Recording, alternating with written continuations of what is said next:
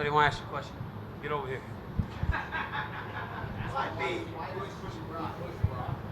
Because you don't mess with my fighters. That's why. Hey, I protect him from a lot of people, but man, Brock looked like he wanted to kill him. We would have to jump him in there right now. I'm happy that I got guys that'll fight for me. You know, you guys think Rosendo pushing Brock Lesnar or something. Last night at Town Square, we were at dinner, me and my family. And one of my friends were going to leave to go to a show.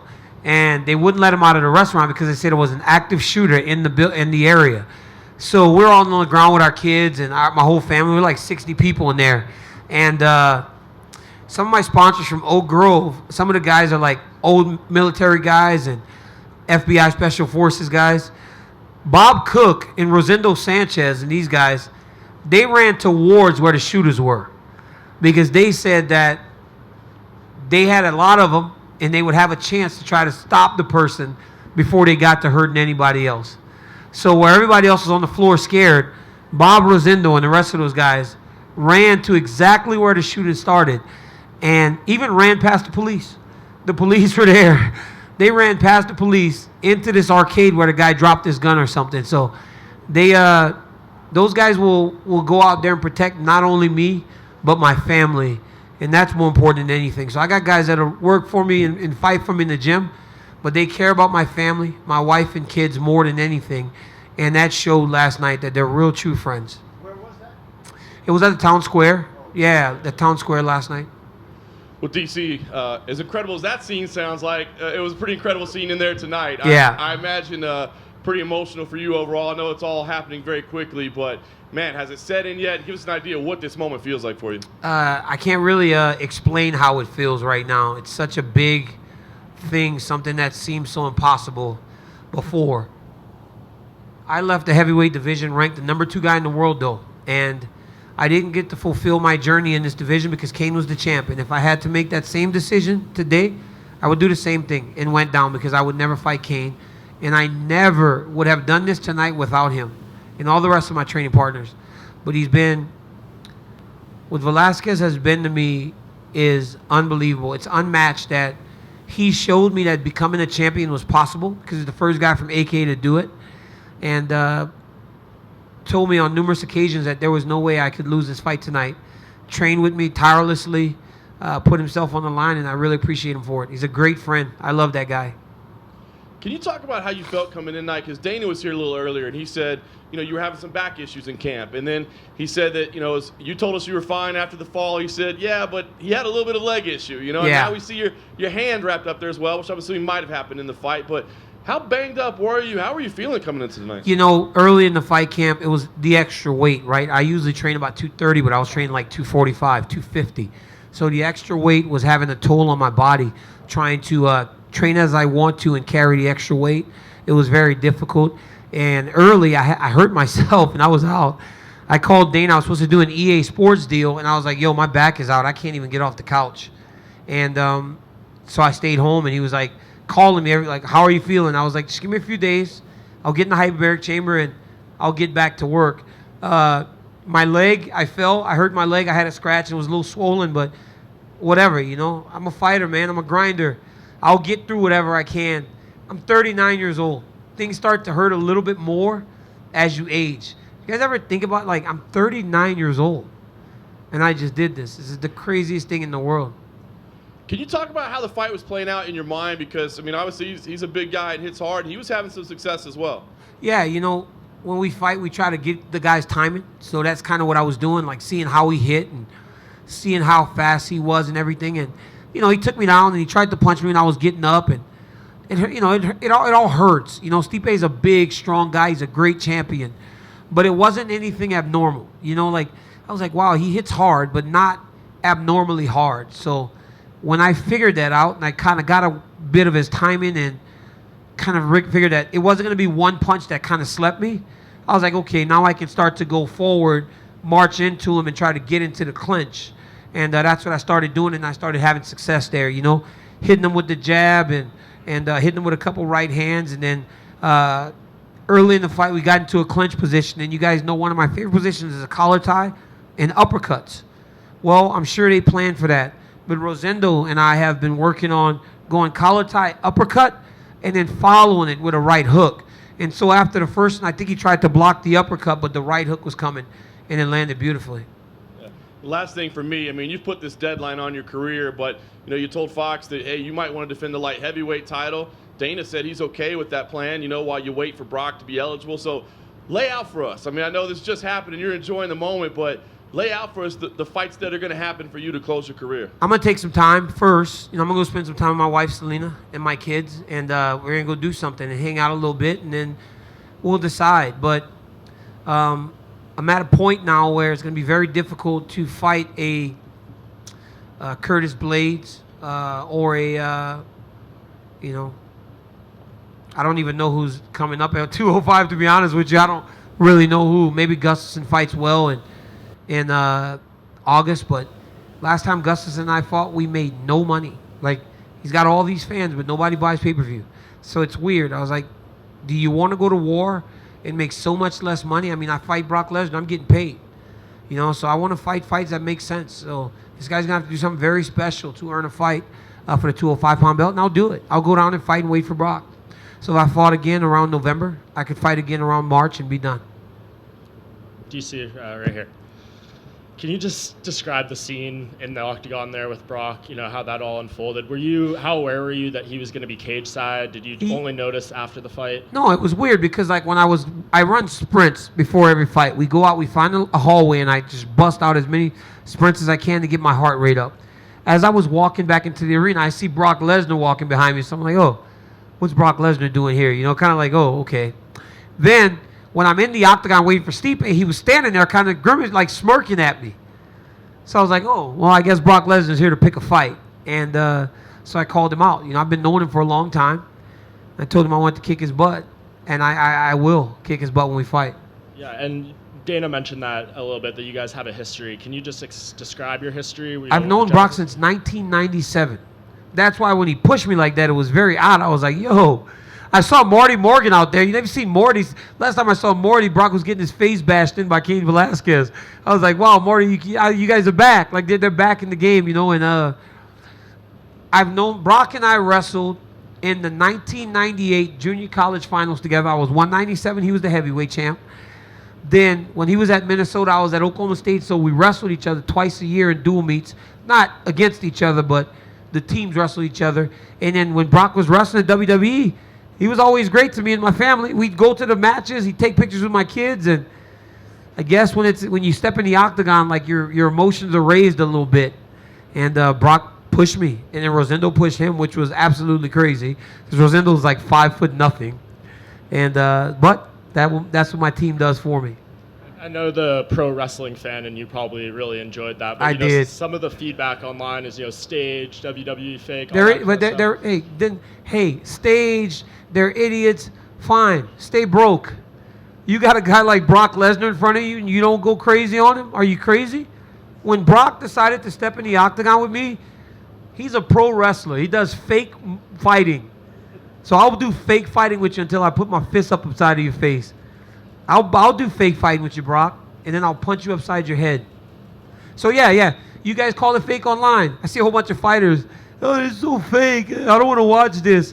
Tune in and keep lacing my pockets. You guys got to get on board. These guys get on the microphone after their fights and say, yeah, it's whatever the UFC decides. Okay. And last thing, I know you've been very outspoken against, PED users and everything. You feel that disqualifies you from everything. just address that side of this situation. Brock's got to be clean, man. I'm not going to fight him if he's not clean. And we'll do USADA testing, and we'll do other testing. We'll do testing above USADA to make sure this man's clean. Because I'm not going to fight him if he's cheating. I've done that on a number of occasions already. I don't want to fight him if he's dirty, man. Do it the right way. Can you elaborate? What can you do? What would your recourse be? You saw it as the standard. What would you be able to do above that? You kind of put me in a hard position, right? Because I can't really say much in terms of USADA because USADA's been great to me. I've been in this testing program since 2001. But when you watch boxing, sometimes the guys do USADA testing and they do independent testing. And I just want him tested all the time. He's going to be getting tested even if I got to pay for it. We'll get him tested as often as we need to make sure he's clean. I want to ask you the personal thing of this. You know, in your career, you've been booed by fans, even though most people in this room would say what a good guy you are, and seemed kind of unfair. And you've come up short to John Jones and the biggest events, and you showed your emotion in the ring. To now be able to walk in the ring and you heard the people chanting DC. To win the championship, to finally be on top of the mountain, there's nowhere else to go. What is that like?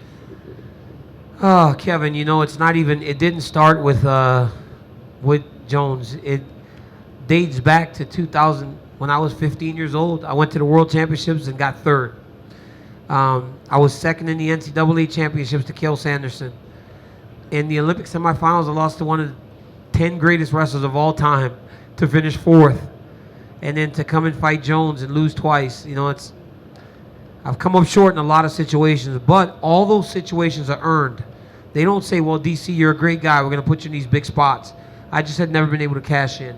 And tonight I was able to cash in, and it's just the most amazing thing. It almost feels like destiny. Like, we're going to wait till I saw more people saying than anything that I was going to get just demolished, and I was out of my prime. I'm not ready to compete. And I'm like, how do you know how I feel daily? You don't know me, So it felt like a culmination of an athletics career that spans forever. And I know people will say, why not get out right now on top, on the peak? But I feel like I can still compete because I'm such a competitor. I will drive Selena crazy if I don't have anything to do. I'm home at 2 weeks after the fight, and she's like, go to the gym, because I'm wrestling with her and stuff. Is there a chance, I asked Dana this question, but is there a chance that you would stay on beyond March if, let's say for the sake of argument, you defend the light heavyweight title and you're successful against Brock sometime next year, and then that other guy that's out is ready to fight at heavyweight, would you consider another fight with him? I would if he's around, but I don't know if he's going to be around. But honestly, at this point, does he even deserve it? All these fights, and I hold the cards now. You may have won the fights, but I hold the cards. I'm the one that competed. I'm the one that went up and did something that you were not going to do. I went and fought the baddest man on the planet, the most successful heavyweight champion of all time, a great guy, a great champion, a guy that does everything the right way, and I won. So I don't know. I don't know if that's going to happen. And I will end with this. You talked before the fight about potentially being the greatest fighter of all time. And, Mighty Mouse would be in that conversation, George St. Pierre, and, of course, you and John. John never actually lost in the octagon. And I know you say his fight last year disqualified him, but he beat you in 2015 when he did not have that issue. USADA wasn't around yet, just to be... Okay. And I guess to end that question, though, do you feel the need then to have a win over him so you can make that argument that I'm the greatest? I think that with this, I don't need him. Look, this tonight, right, for everyone that said you're a fake champion, you're not a real champion, can't question this one, right? You may question that light heavyweight title. You can question it to the grave. But I have something completely separate from him, and I'm very grateful for it because... everything was tied to that guy. No matter how much I beat everybody up, it was always, well, you lost to Jones. Now, in this heavyweight division, a division that I never got to compete in and complete my journey in, I went and I completed it and became the champ. So I'm a champion. Now, I am one of the greatest fighters of all time. And you're right. I love DJ and I love GSP. And it's going to be one of the three of us. Daniel, to your left. You've accomplished so much at light heavyweight, as a light heavyweight champion. In a way, it sometimes kind of overshadowed all your accomplishments at heavyweight just a few years back. Undefeated, never lost a round, beat a who's who of heavyweight contenders, champion in another organization. Now that you're the heavyweight champion as well, do you think that, let's say you defended the heavyweight title a couple of times, that there could actually be a debate about were you a greater heavyweight or a greater light heavyweight? Could kind of bring that back into focus. I think now when you get 2 championships, people are going to question that regardless. At 205, we never saw starching guys like this, not at this level, always going to... The fact that you're in the conversation and people are talking about you is what you want. You just don't want to be a person that people aren't indifferent about, As long as they're talking, I'm happy. And just my quick follow-up to that, because I know you have commented that leading up to this fight about the GOAT conversation, the greatest of all time.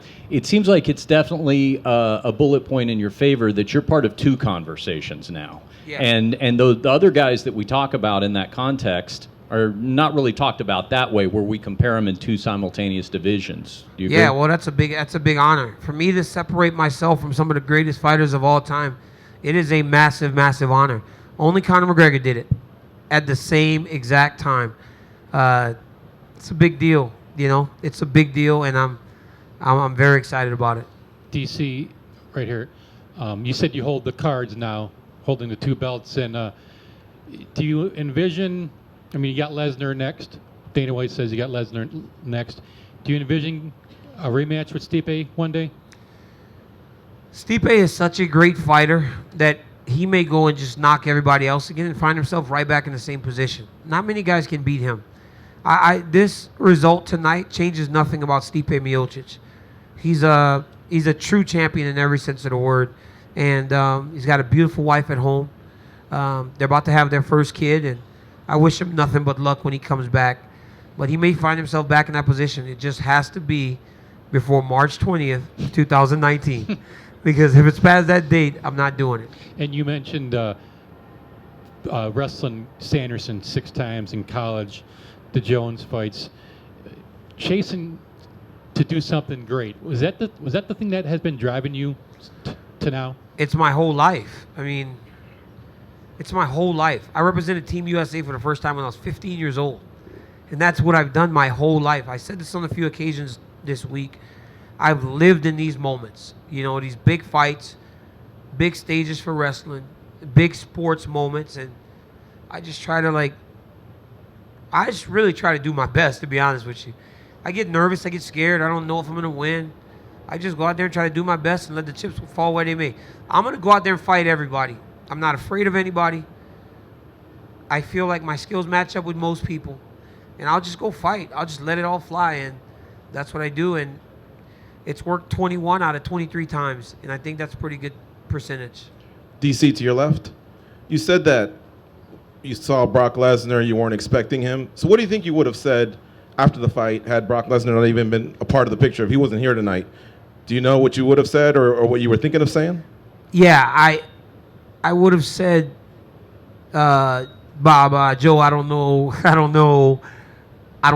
you know, and because I was feeling exactly that until I saw him. I was like, okay, I need to tell this guy something because he's obviously here for a fight. But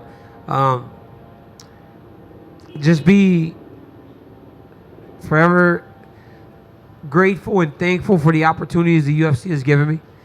Thank Dana White and the fans that support me. I love them and tell them I appreciate them not giving up on me, even in my darkest moments. Say I love you to Selena, my son Daniel, and my daughter Marquita. Tell my mom and dad I love them. Those types of things. So in essence, Brock Lesnar stopped me from crying in the octagon again. Yeah, he kind of distracted me from saying all that stuff, and that would have made me cry again. I don't need to be another meme. You say there's no other 205ers out there that are standing out to you to be next. And Volkov was here. He weighed in, so obviously he's thought of as a high contender. Won't fight him.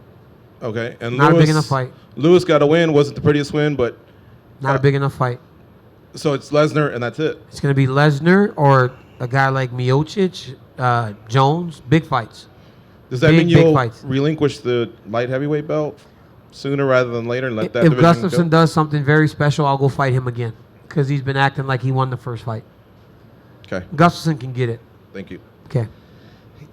Daniel, DC, it was right here. Okay. It was great watching you celebrate with your team in the octagon. It was great watching you celebrate with your family. As we were walking over here, we saw your kids holding each one of your belts, which was a great visual. But have you had a chance to talk to Cain yet? Yeah. What was that like, and what did Cain say to you? Cain Velasquez was in the back because he always comes to the fights. He sits in the back with me, warm up. He walks with me to the staging area when I go to walk to the octagon. He hugs me, and then he turns around and he goes and he watches from the locker room. And when Jones was finishing me last year, he ran from the locker room and started yelling at John McCarthy because he thought he took too long to stop the fight. So he cares, man. He came to the back, and I don't want to like ruin the aura of Cain Velasquez, but he'd been crying a little bit. But he said he was so proud of me, and he knew I was gonna do it. And I told him thank you, because without him I never could. I mean, people think that people get a little sick of our relationship publicly, you know, PDA. But he's one of my best friends. He's one of the best people you could ever meet in your entire life, man. He is a great human being. It's unbelievable, and he was very proud of me today as he saw me when I walked into the gym 9.5 years ago. Like, wow, this is how far you've come. What does it mean right now? I mean, we've heard about him coming back. Is he close to a return? I mean, man, let me tell you something. The reason the fight was so easy today was because, again, for the last 8 weeks, I've been getting beat up by Cain Velasquez. He's still the best, man. He's the best heavyweight the UFC's ever seen. He does things that you just don't expect somebody to do. I mean, still, out of shape, he comes in there and he does 3-4 rounds with me, and I'm exhausted. He wrestles. He comes and he does the cardio bike with me, even though he has nothing on the horizon. He just wanted to make sure that I had the best opportunity to win this fight, so he helped prepare me for it. All right, last question. When Conor won the second belt, they had to go steal it from Tyron Woodley. Whose belt is the second mine. belt? I told Dana yesterday, make sure there's 2 at the arena. I had this great feeling that I was going to win this fight, and we got it done. Hi, you guys let me go? How exciting is it? I'm back here. Okay. Hi. How exciting is it for you as a WWE fan too? You know, even before you get to the fights, to like talk trash with the guy who's the champ over there. That's crazy. You know me, I love wrestling. Yeah, I watched some WWE stuff this weekend. I watched WrestleMania back in the day. I love it, man. I think it's great. But look, Brock Lesnar is the champion of the WWE. So when he comes over here, there's no script. There's no Vince McMahon saying, DC, lay easy on the punches. There's no Braun Strowman that when Brock punches him hard on purpose isn't going to respond. The moment Brock Lesnar punches me, I'm going to get in his ass. And we're going to have him running across that octagon like a lot of those other dudes did. So he can be big and bad and tough right now. But once that cage door closes, he's going to have to answer for his words. And he's definitely going to have to answer for that shove. Could you see yourself appearing on some programming over there and maybe taking an F5 or hanging out with Vince? If they wanted me over there, I'd go over there. I'd go beat Brock in a wrestling match. Maybe they do us a shoot match. Put us in singlets and see who wins. And I can go major decision him or something. Maybe pin him. DC, real quick. While I certainly would never want to get in the way of you getting a Lesnar payday that you would deserve, how do you explain the moral dilemma of saying Jones doesn't deserve the platform to speak for his failed test, but Brock would deserve a title shot right after failing a test? Maybe we're living in my world now, so I dictate the rules. So yeah, and plus I just really don't like Jones, so I'll never give him a platform. DC, it's here right over here. Your hand is wrapped. I think you're also icing it in the back. What's going on? I hurt my finger. I don't know. I really don't know what they're called, but it's the one right next to the thumb. I hit him, and once it was over, like I hurt my finger. I have to get an X-ray tomorrow, see what happens, but I'll be fine. In a lot of your fights, you push forward and you press, but you were kind of moving back up against the cage. Were you trying to bait him into the clinch to, like you explained earlier, that combination that you and Rosendo had been working on? Yeah, I was trying to get him to come forward because if you watch early, he was kind of tentative too because he expected me to come forward. Right. But then when he found some success, he started to press me. I got in the clinch. He threw me on the ground. I got up. He kind of held on me. I'm like, okay, use your energy to hold me. And then once I realized, like, the punches are hard but nothing crazy, then I started to go more into him. And that's when I'm at my best. And most guys wilt, and, you know, Stipe's a great guy, and I like him. But there's one habit that he has. Every time he gets out of the clinch, he leaves his hands low. Guys just don't put him in the clinch enough. So to Stipe Miocic, as a friend, man, work on that clinch position because it's going to come into play again. Thanks. DC right here.